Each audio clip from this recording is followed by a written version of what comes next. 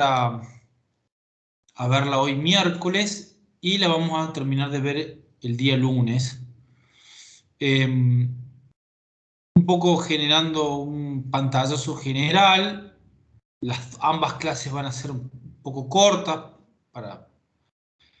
porque no se justifica, digamos, darlas en tanto tiempo, pero sí con la idea de, bueno, poder sentar los aspectos fundamentales en este caso, el Poder Legislativo. Tenemos que recapitular, tenemos que hacer un reconto de dónde estamos parados, bueno, en esta asignatura, en esta unidad 11. Bueno, a partir de acá me parece que es fundamental de que ustedes advierten que vamos a pasar a analizar la parte orgánica de la Constitución Nacional, dejando la parte dogmática. Es decir, mientras la parte dogmática, y decimos dogmática porque muchos de sus contenidos se creen como un dogma y nadie podría cuestionar ciertamente los derechos, los principios, las garantías, las declaraciones, porque hace nuestra razón de ser, a nuestra esencia, características que definen nuestro Estado, nuestro pueblo, nuestra comunidad y nuestra impronta, inclusive como seres humanos, por lo cual hablamos de dogmático, con un triple contenido, declaración de derechos y garantías. A partir de aquí pasamos a la parte orgánica, hablamos del derecho constitucional del poder, porque en definitiva es toda una serie de regulación constitucional que tiene que ver con, bueno, identificar cuáles son los órganos, cuáles son la composición, cómo se integran, cómo se eligen, qué competencias tienen, cómo se relacionan, cómo se interrelacionan, cómo se controlan mutuamente, cómo se restringen, qué síntesis generan en el proceso de toma de decisiones a nivel estatal, cuál es el origen y la razón de ser de cada una. En definitiva, el derecho constitucional del poder, porque hablamos de la autoridad nacional y el ejercicio del poder del Estado. Y muchas veces se habla de poderes, cuando en realidad el poder es uno como elemento constitutivo del Estado, y en realidad es distribuido en órganos o en departamentos. Con lo cual, cuando la Constitución habla de poderes, quiere decir órganos o departamentos. Por eso, a nivel ya local, se habla de departamento ejecutivo municipal, consejo deliberante, porque son en definitiva órganos, organismos, entes que tienen para sí una porción del poder estatal, es decir, detentan una parte del poder estatal, no la totalidad, una parte, porque si fuese la totalidad, caeríamos en la prohibición de la famosa suma del poder público, es decir, que una persona se encuentre a merced de lo que establezca una autoridad y que está prohibido, digamos, un aspecto disvalioso para el texto constitucional. Naturalmente es así por el principio de división de poderes o división de funciones en varios órganos, y que obviamente ha querido el convencional constituyente distribuirlos entre distintos órganos. Hay una suerte de distribución horizontal que supone el sistema representativo y republicano de división de poderes, y a su vez el sistema federal, una distribución vertical, digamos, entre nación, provincia y municipios. Ese juego entre aspectos horizontales y verticales es lo que define las instituciones o la principal característica institucional de nuestro Estado de Derecho, que están plasmadas en el artículo primero de la Constitución Nacional, el sistema representativo republicano y federal. Esa triple impronta fundamental en cuanto a lo republicano, la cosa pública y los principios que informan el manejo de la cosa pública, periodicidad de las funciones, publicidad, representación o responsabilidad, toda esa serie de principios informan la cuestión república. Las representaciones que el gobierno gobierna o los ciudadanos gobiernan a través de sus representantes, el pueblo, es que el poder político lo detenta los ciudadanos, pero que lo ejercen a través de los representantes. No es que el poder político se distribuya en órganos. El poder político lo tienen los ciudadanos. Lo ejercen a través de sus representantes, que son cabezas de esos órganos. Pero a la vez hay una distribución de funciones, competencias y responsabilidades, atribuciones, porque el poder lo tiene el ciudadano, inclusive ejercido a través de las reformas constitucionales o de la Constitución originaria, que dice qué poder, qué facultades tiene cada autoridad, con lo cual siempre esto desemboca de una manera u otra en la voluntad popular, o por lo menos así debería ser. Entonces, bueno, ya estamos en la segunda parte de la Constitución Nacional, estamos en temas de decisiones, atribuciones en el manejo de la cosa pública. Estamos sobre competencias de qué hacer cada uno. Y también lo federal, porque no me quiero olvidar de que cuando hablamos de lo federal, estamos hablando de que cada nivel de gobierno tiene una suerte de poder constituyente a nivel nacional, de segundo grado a nivel provincial, y una suerte de poder constituyente de tercer grado a nivel local con la autonomía de los municipios. Con lo cual, muchos de los conceptos que vamos a ver acá se replican a nivel de las constituciones provinciales y algo en las cartas orgánicas municipales o en la ley orgánica municipal. Lo que sucede es que tomamos de base la Constitución Nacional, pero que mucho de eso está en la Constitución provincial. Si hablamos de órganos, departamentos o mal llamados poderes, suponemos un sistema republicano de división de funciones. Y lo que hace la Constitución en esta segunda parte, autoridad de la nación, es reglamentar la palabrita del primer artículo. Cuando habla del sistema republicano que supone división de poderes, nos dice cómo. Habla de un sistema republicano, de la república. Con lo cual, a partir de allí, ahora viene a decir, bueno, ¿cómo interpretamos esa cláusula? Porque hay muchas maneras de hacerlo. Es decir, podemos optar por varios modelos, sistemas o prototipos de interpretación y reglamentación de lo que entendemos por un sistema republicano. Y allí entonces, en el derecho comparado, podemos encontrar dos grandes sistemas que dividen, digamos, las aguas, sin perjuicio que se encuentran mixturas, regímenes intermedios, con zonas grises, que muchas veces son combinaciones de estas dos ramas o áreas fundamentales de cómo se canaliza en la Constitución el sistema republicano. Un primer sistema es el sistema parlamentarista. Acá toma importancia el Parlamento, caja de resonancia de la voluntad popular y la democracia, de las instituciones. Es un órgano, digamos, donde allí se toman las decisiones fundamentales y se forma gobierno.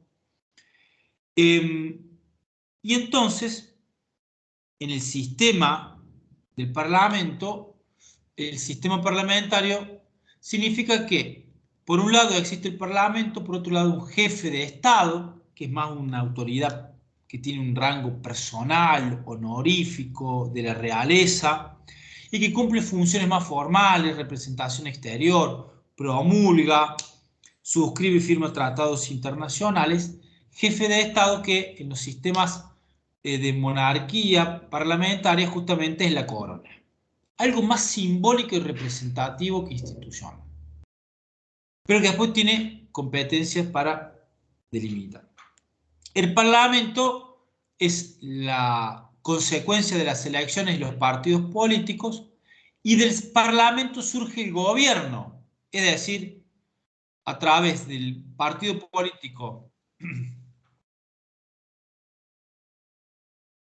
el partido político que haya ganado las elecciones o los acuerdos políticos, se designa al jefe de gobierno, llamado primer ministro, en algunos casos llamado canciller, o presidente en otros, generalmente primer ministro, que es la cabeza de ese gobierno, tiene un gabinete y que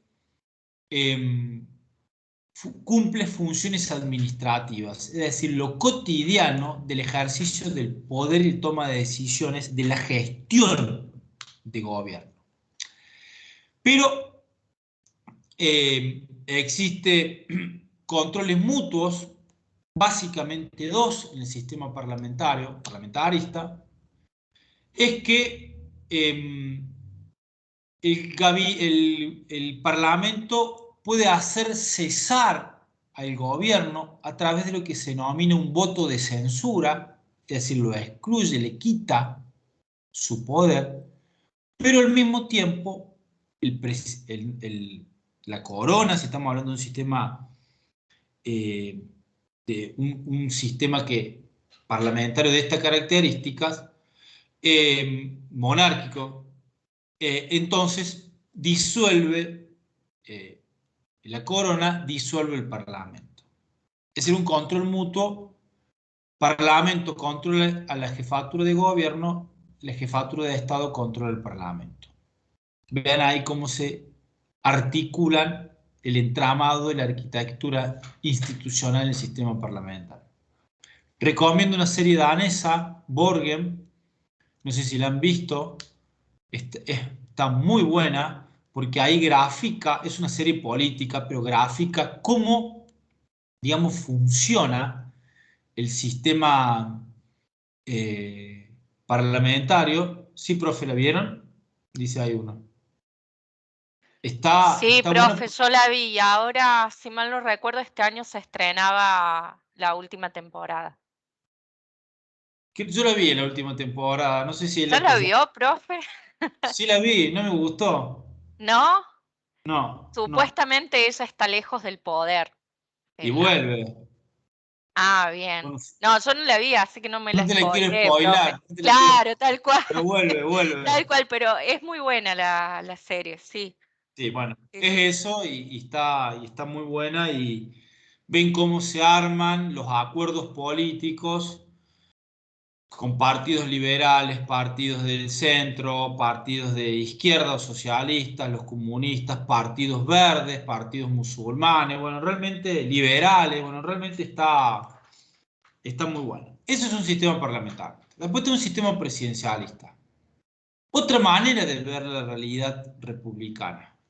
Y la ve a través de una autoridad única, de un jefe, ¿sí? De una persona con carisma, con autoridad, a través de un líder político, con determinadas características e improntas, pero entiende de que hay un líder carismático que conduce.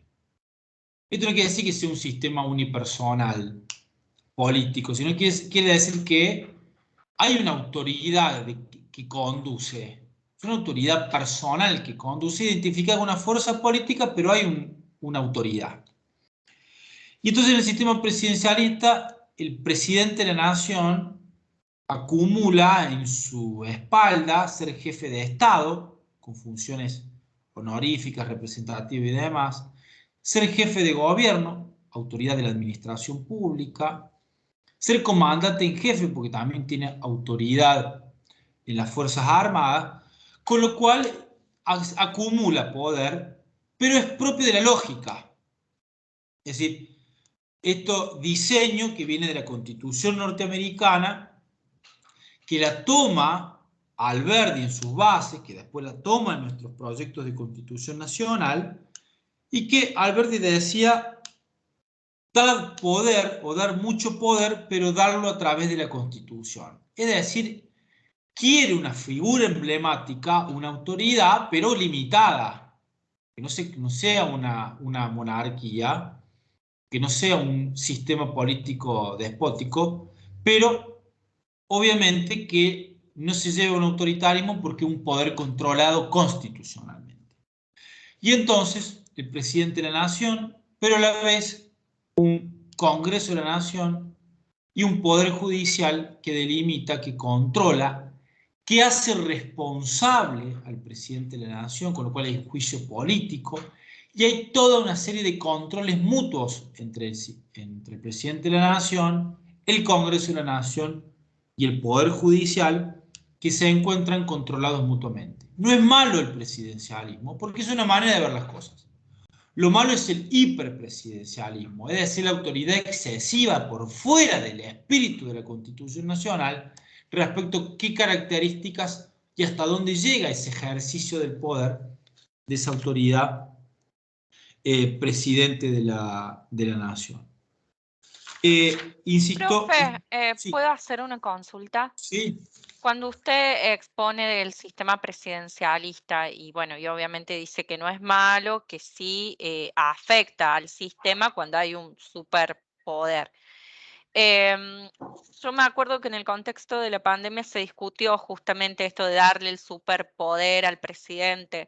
O sea, hay, hay una forma jurídica o algo que se le asigne al presidente o al primer mandatario y que le dé como esta opción de superpoderes, ¿o a qué hace referencia cuando se habla de superpoderes? Superpoder es una manera vulgar de la transferencia que el poder judicial, el poder legislativo hace de competencias propias del Congreso de la Nación y se las delega al poder ejecutivo. O el poder ejecutivo las ejerce por sí sin tener una delegación previa con después el aval de la justicia.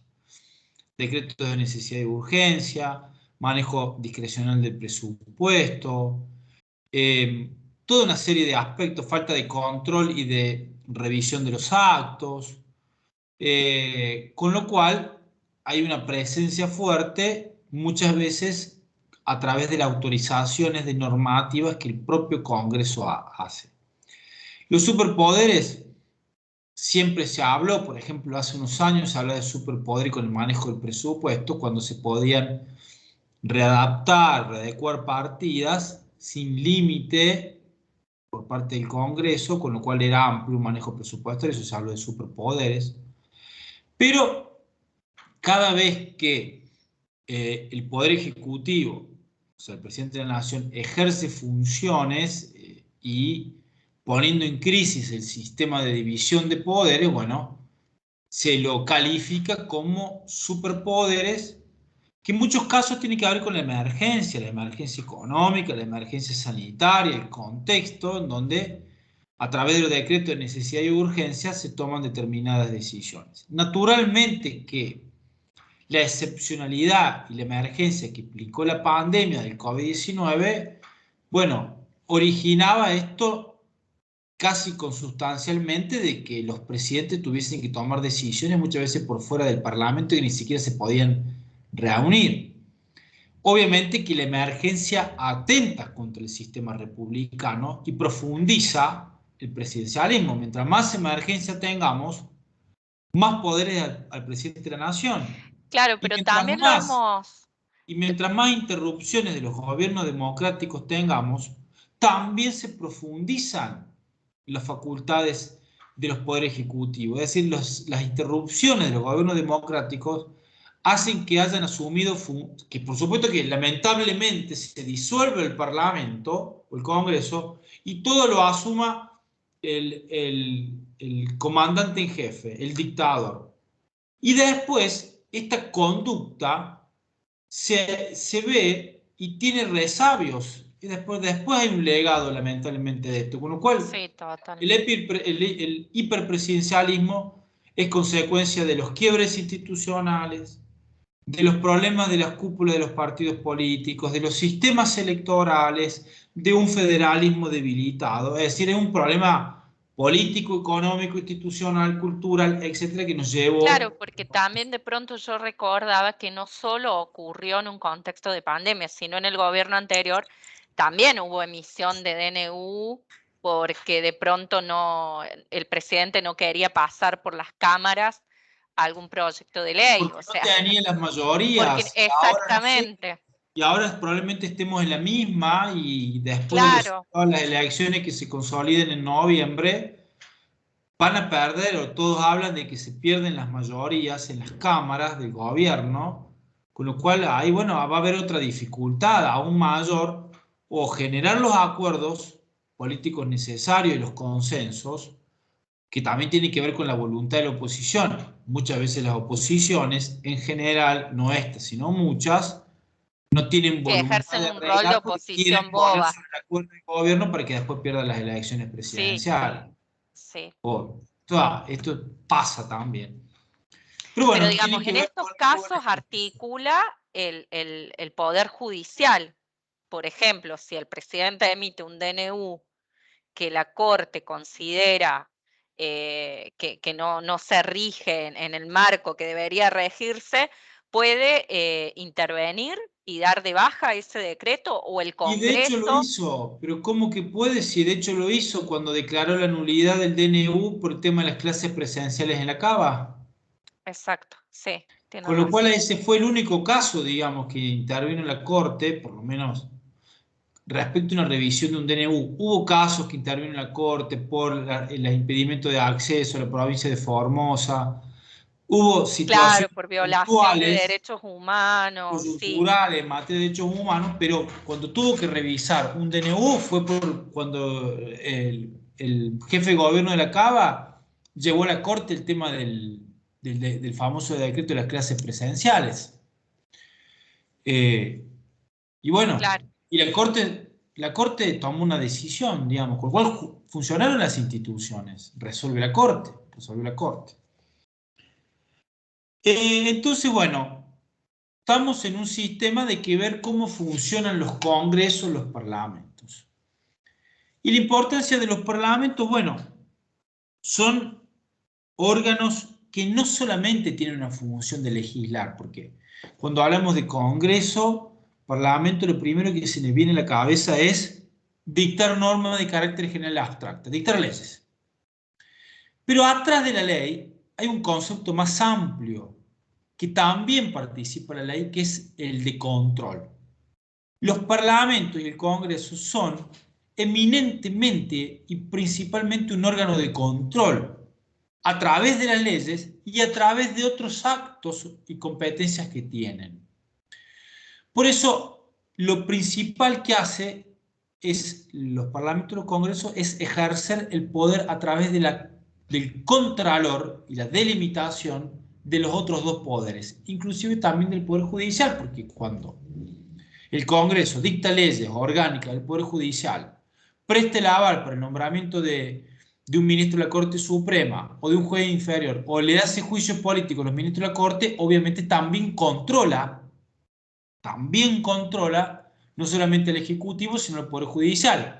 Después el Poder Judicial también puede controlar el Parlamento declarando la inconstitucionalidad de determinadas normas. ¿Ven cómo hay todo cuestiones cruzadas que se genera una tela de araña en la arquitectura institucional que es positivo, ¿sí? Sobre todo en un sistema maduro, cívico, institucional, que muchas veces que parece que no tenemos, pero que es un poco el espíritu y lo querido por quien diseñó la Constitución Nacional. Parlamentos como órganos democráticos por excelencia, porque mientras el Poder Judicial se elige a través de concurso y tiene la garantía de movilidad, o mientras el Ejecutivo es unipersonal, es decir, lo elige el pueblo, pues uno, el presidente de la Nación, acá ya subyacen todas las fuerzas políticas, por lo menos las más importantes con representación, a nivel provincial en la Cámara de Senadores, a nivel nacional en la Cámara de Diputados, pero allí están las fuerzas provinciales, allí están los partidos políticos más importantes y los menores, están las fuerzas de izquierda, es decir, están fuerzas de derecha, están partidos políticos tradicionales y convencionales, es decir, toda una serie de, digamos, de fuerzas políticas propias de la representación que se da sobre todo en la Cámara de Diputados.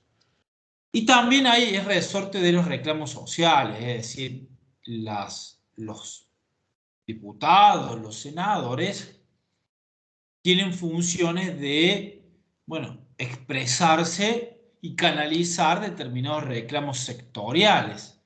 Los de izquierda o los partidos de los trabajadores con sus plataformas, ahora están los liberales, con lo cual también serán caja de resonancia y en el Congreso de las ideas liberales.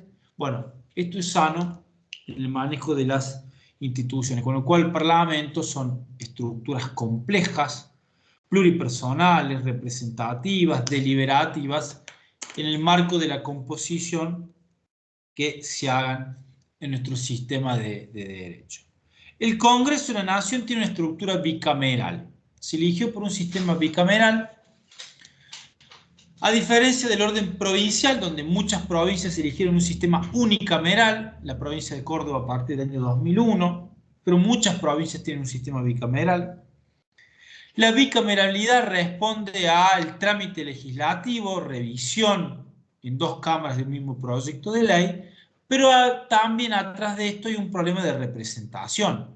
El sistema bicameral significa un sistema compuesto, dual de representación. Por un lado, representando a los pueblos o el pueblo de la nación, que la Cámara de Diputados, dice Cámara de Diputados de la Nación, y los senadores representando los intereses de los senadores. Esto es tomado del sistema norteamericano, que es un juego armónico entre dos principios: la proporcionalidad, es decir, allí que esté representado según cantidad de votos, y por otro lado, otro principio que es la igualdad, y la igualdad territorial de las provincias. Cada provincia vale lo mismo en el sistema de toma de decisiones, con lo cual la bicameralidad es un equilibrio entre representación e igualdad. Y bueno, básicamente el sistema bicameral reinante a nivel nacional desde siempre. Hay un antecedente de un sistema pluricameral en la Constitución francesa del 79, donde allí había otras representaciones más importantes. Esto me hace acordar a un proyecto de constitución, creo que era de 1826, me parece, donde también en las cámaras estaban representados como si no fuesen ciudadanos, como si fuesen una casta especial, digamos, representantes eclesiásticos de las universidades. Un sistema bastante oligárquico, pero que vean cómo allí se hacía notar la importancia que tenían esas instituciones como fuerzas vivas de entonces. Y así entonces cómo se integra nuestro Congreso en la definición que da el artículo 44 de la Constitución Nacional, que dice que un Congreso compuesto por dos cámaras, una de diputados de la Nación y otra de senadores de las provincias y de la Ciudad de Buenos Aires, será investido del Poder Legislativo de la Nación. Fíjense ustedes que las provincias o la representación local en las provincias y la acaba igualando, digamos, la naturaleza jurídica de la Ciudad Autónoma de Buenos Aires respecto a una provincia. Y en ese fallo que hablamos con la compañera, cuando la Corte se expide respecto a ese decreto que establecía la prohibición de las clases presenciales, allí es cuando la Corte también vuelve a resaltar su doctrina respecto a que se asimila la Ciudad Autónoma de Buenos Aires a una provincia. Y entonces dos cámaras con ideas distintas, por lo menos el espíritu. Los diputados que estén ahí, ideas comunes a la nación. En cambio, los senadores, defensa de las ideas o de los intereses de su provincia. Cuestión que muchas veces no pasa, porque por la directiva política, por el jefe político o por el mandato de la cúpula partidaria, los senadores, en lugar de representar sus intereses provinciales, están representando los intereses políticos, es decir, van en contra y perjudicando sus propias provincias. Lo que no quiere, digamos, el convencional constituyente, porque no es el espíritu, la impronta que se ha querido respecto a lo que es la Cámara de Senadores. Y la Cámara de Senadores son las provincias. En la Cámara de Senadores son las provincias, es decir, las provincias sentadas en el Congreso. Las provincias sentadas en el Congreso. Y esto muchas veces no pasa. Parecería ser que en la Cámara de Senadores, en lugar de estar sentadas las provincias, están sentadas los partidos políticos, él o la presidenta de la nación, él o la vicepresidenta de la nación, y no los intereses. Muchas veces, insisto, senadores perjudicando a las propias provincias. Integración, mandato y renovación. Y acá vemos cada una de las cámaras, porque conforme su representación, la Constitución Nacional diseña cuáles son sus mandatos, cómo se integran, cómo se renueva. La Cámara de Diputados, actualmente 257 miembros, se renueva por mitades cada 2 años, porque el mandato del diputado dura 4 años. No hay prohibición a la reelección, ni siquiera de senadores tampoco, con lo cual no fue un olvido del convencional constituyente en el 94. Ha querido que determinados funcionarios políticos, después de finalizar, cuando tengan problemas en la justicia, terminen en el Congreso con las inmunidades de proceso y de arresto que tienen.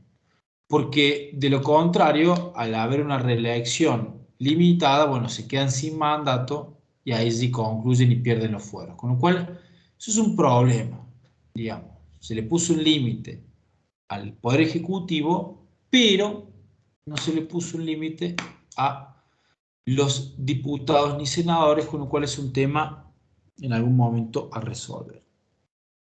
Duran 4 años, se renuevan por mitades cada 2 años. Este es el argumento por el cual todas las provincias cada 2 años eligen diputados, porque cada 2 años eligen la mitad de la cantidad que les corresponde. Córdoba tiene 18 diputados nacionales, cada 2 años elige 9. Es un sistema proporcional, con lo cual según la cantidad de votos de todas las fuerzas políticas se distribuyen las bancas. Están los requisitos también para ser diputado, 25 años, que son 25 años, 4 años de ciudadanía, ser natural de la provincia, que lo elija con 2 años de residencia. Son requisitos más blandos, más flexibles que los de senadores, porque ser senador es un poco más exigente. Estos requisitos se cumplen para acceder al cargo. En cambio, los requisitos para ser senador es para ser elegido. ¿Sí? Cumplir los requisitos en la elección, o sea, antes, para la elección. En cambio, los diputados al momento de que de asumir el mandato. Esto es fundamental de la flexibilidad que quiere el sistema en cuanto a los diputados en relación a los senadores, porque los senadores es un cargo más honorífico, de más alta magistratura, mayor investidura, hay 3 por provincia, es un sistema de lista incompleta. Es decir, es una suerte de élite política más importante ser senador que ser diputado. La Cámara de Senadores de las provincias de la Cava, 3 por provincia, 72.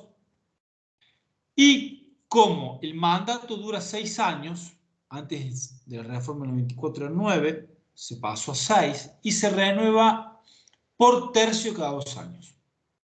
Por esa razón, como son 3 por provincia en un sistema de lista incompleta, el que gana se lleva 2, el segundo se lleva 1, es que no todas las elecciones se eligen senadores, sino que hubo una distribución de 8 distritos cada 2 años, que hacen a 24, y se van repartiendo cuando eligen senadores. A Córdoba le tocó este año, dentro de 6 años le vuelve a tocar. La última vez que eligió senadores fue en el año 2015. Y así cada 6 años se van eligiendo senadores. Ahora toca, y conjunto con otros 7 distritos que también eligen senadores. En un sistema de lista incompleta, insisto, 2 y 1, es un resabio del bipartidismo. Esto es importante entenderlo porque mucho de las instituciones en nuestra Constitución, como lo es esto, 2 y 1, y otros aspectos más también, bueno, dan señales de un sistema bipartidista, es decir, dos fuerzas políticas que se van alternando el poder, lo que en realidad demuestra que en realidad no es así, porque hay varias fuerzas dentro de una, hay varios peronismos, hay radicalismo unido con una nueva fuerza política que es el PRO, con una alianza electoral, ahora se coló los liberales o los de derecha, con lo cual, a pesar de que parecería ser que sea bipartidista, el tema, bueno, también se pone en crisis por la realidad institucional y política y el devenir que tiene un país. Los requisitos para ser elegido senador, perdón, es el momento de la elección, 30 años, es decir, mayor edad, 6 años de ciudadanía de la nación, antes era 4, ahora son 6 para ser senador, antes, digamos, quiero decir, para ser diputados 4, para 6 senador, natural de la provincia con 2 años de residencia. Y fíjense acá, disfrutar de una renta anual de 2.000 pesos fuertes. Esto fue un resabio también, esto es algo que quedó de la Constitución histórica, esto no se aplica. Esto ha quedado derogado por el transcurso del tiempo, pero fíjense el mensaje. ¿Qué quiere decir? Bueno, cuidado, gente que tiene que tener sus recursos, sus ingresos, una suerte de acomodo social. Si le pongo un condicionamiento económico, por más que se aplique como social, es decir, el diseño de la Constitución originaria es decir, gente que vaya a la Cámara de Senadores a aportar que sus ingresos, que su prestigio, que su buen crédito, que su nombre venga de otro lado aportando a la política, que no sea un político de carrera, sino que gente que haya sido exitosa también en otros ámbitos. Por eso, de alguna manera, que el senador esté incentivado, promovido para acceder a ese cargo por razones distintas a un buen sueldo que podría estar cobrando en la Cámara de Senadores. Pero, obviamente, eso ya ahora es anacrónico, no se aplica y hasta, bueno, es discriminatorio. Pero fíjense en ustedes que, bueno, tiene un sentido, ¿sí? Hasta oligárquico, lamentablemente, pero hay da señales respecto de cuál es la altura de la investidura de ser senador, a diferencia, por ejemplo, de otras de ser diputados. Y ahí insisto. Profe, este Sí, sistema que me recuerda a la Cámara de los Lores y la Cámara de los sí. Bajos en Reino Unido.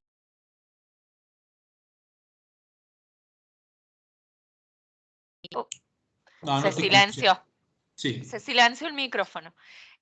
No, digo que este sistema que usted menciona y esta distinción entre diputados y senadores es un resabio o una copia del modelo, por ejemplo, inglés de la Cámara de los Lores y la Cámara de los Bajos, que hacen Tiene también que esta ver, distinción en cuanto al tiene que patrimonio. ver, tiene que ver en cuanto a la importancia, la jerarquía política, tiene que ver a la cantidad, porque es un número mucho más limitado, con lo cual, bueno, son pocos que acceden a eso, tiene que ver con sus relacionamientos políticos y las funciones, porque hablando de la Cámara de los Lores y la Cámara de los Comunes, en la Cámara de Senadores participa en el procedimiento de designación de los magistrados, de los ministros de la Corte y los jueces inferiores que vienen por el Consejo de la Magistratura. Presta conformidad al nombramiento de determinados funcionarios, Banco Central, comandante en jefe, brigadier, altos funcionarios, con lo cual allí.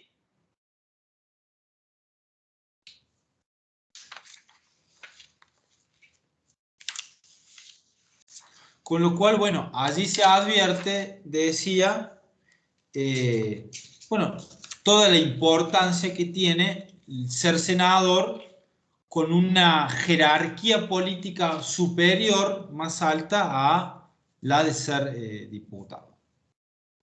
No sé si quedó clara la respuesta. Sí, profe, sí, sí.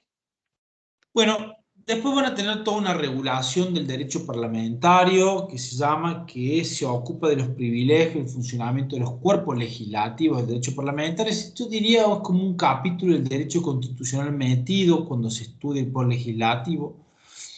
El derecho parlamentario no tiene autonomía científica, ni siquiera didáctica casi, pero sí es propio de una serie de instituciones que tienen que ver con el funcionamiento, el quórum, las asambleas, los privilegios, una suerte de privilegios, las incompatibilidades, las remuneraciones, toda una serie de instituciones propias del manejo del Parlamento o de los congresos. Las sesiones, 4 tipos de sesiones preparatorias, cómo se acomodan, quién va, cuáles son los horarios, qué días se reúnen, cuáles son las comisiones, quién las integran, todo el funcionamiento. Ordinarias, del 1 de marzo al 30 de noviembre. En Córdoba, del 1 de febrero al 30 de noviembre. Y Río Cuarto, hace poco por enmienda modificó, también va del 1 de marzo al 30 de noviembre. Así se amplió el periodo de sesiones,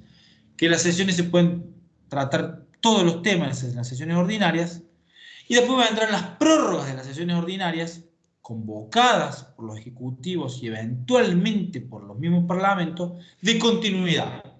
La prórroga es, podés hacer lo mismo que las ordinarias, pero continuando el tiempo. Generalmente en diciembre se prorrogan, porque en diciembre se necesita todo ese mes para trabajar en informes, presupuestos, tarifarios, ordenanzas tarifarias, cuestiones tributarias y demás. Así se deja para el final temas importantes que así están institucionalizados. A fin de año determinados temas con lo que tiene que ver con el presupuesto y la administración financiera, con lo cual no se llega al 30 de noviembre. Con lo cual siempre o generalmente, la mayoría de las veces, hay prórroga. Y después están las sesiones convocadas, las sesiones extraordinarias. Son sesiones convocadas por el Ejecutivo para tratar determinados temas. Si quiero tratar este tema, convoco para este tema, con lo cual convocar una sesión extraordinaria es un tema, digamos, político trascendente, toma estado en la opinión pública y en los medios, porque, bueno, significa de alguna manera el presidente de la nación llama al Congreso, abre las puertas del Congreso, convoca al Congreso para tratar esto. Con lo cual le da importancia, lo pone en la agenda política y a partir de allí cada uno tendrá su opinión. Las cámaras funcionan en forma paralela, diferenciada pero paralela. Es decir, sesionan cada uno con sus temas, pero no se interrumpen la sesión. Salvo en el Instituto de la Asamblea Legislativa, donde, bueno, allí forma conjunta para tomar decisión e intervención en actos trascendentales en la vida institucional del país, como el inicio de las sesiones ordinarias, toma el juramento al presidente de la nación, como por ejemplo decidir en caso de cefalía qué persona cumple el mandato y finaliza el mandato del intendente.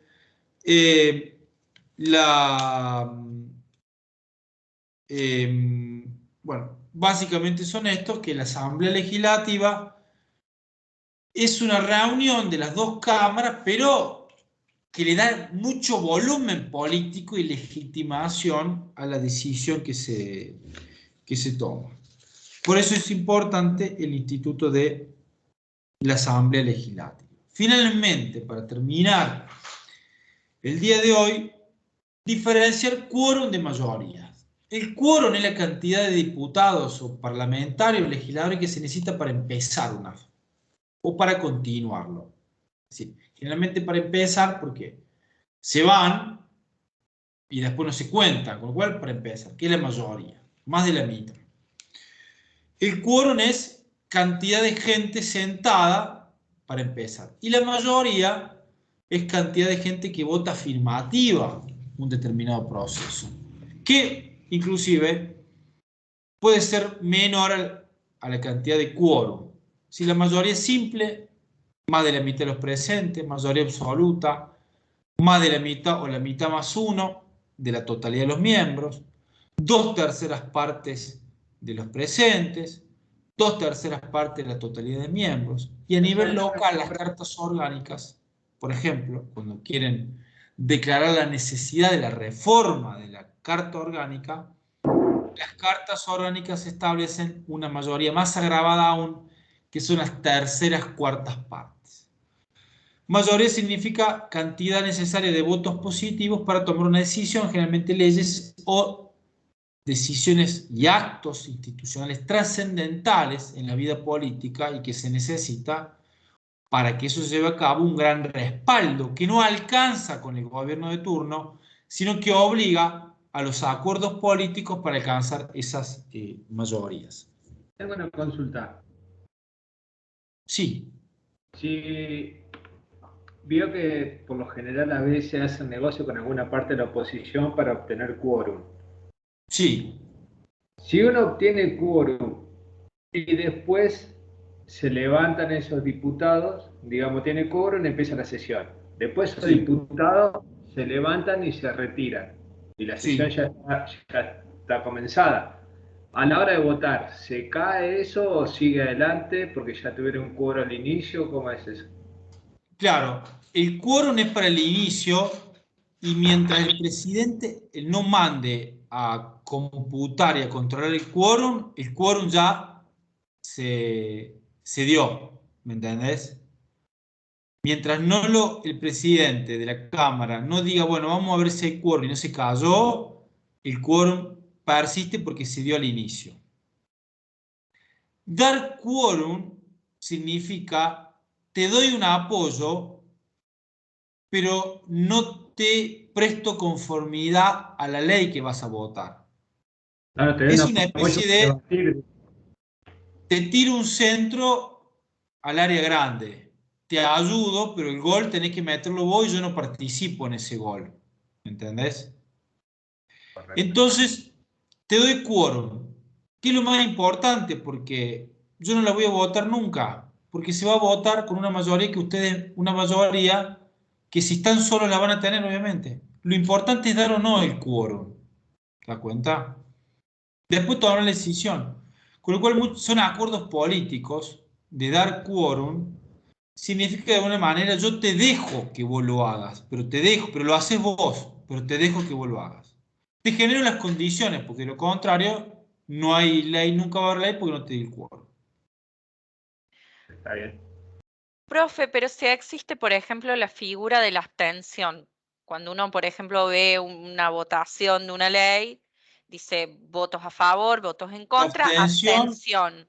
La abstención es la abstención. Significa que vos no votaste, tenés que pedir autorización para la abstención y significa que no te la jugaste. Claro, es lo que estamos hablando voy. recién. Claro, no sería también. Los políticos no quieren la abstención. Es como dijo nuestro nuevo ministro de Seguridad, ¿cómo que dijo de los tibios? Que no le gusta tibio ni el mate ni los peronistas, una cosa así. Tal La cual. abstención es un tibio. Claro, digamos. a mí siempre me parece un horror esa figura, pero bueno, cada vez Podés.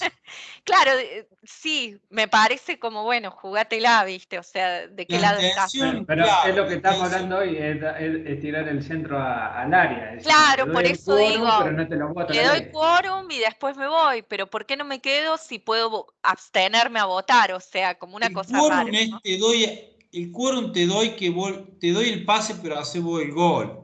Si vos realmente querés bloquear una sesión que no se apruebe, que no se debata ni se apruebe, no dar el quórum y no hay Claro. sesión. No Sí, da bueno, el pase, la de tirás hecho, afuera y no sale la recuerdo carta. en el Claro, marco de qué ley ocurrió que se levantó todo un bloque y se fue. No recuerdo ya en qué marco, de qué debate. El daño ya estaba hecho, ya le habían dado el quórum.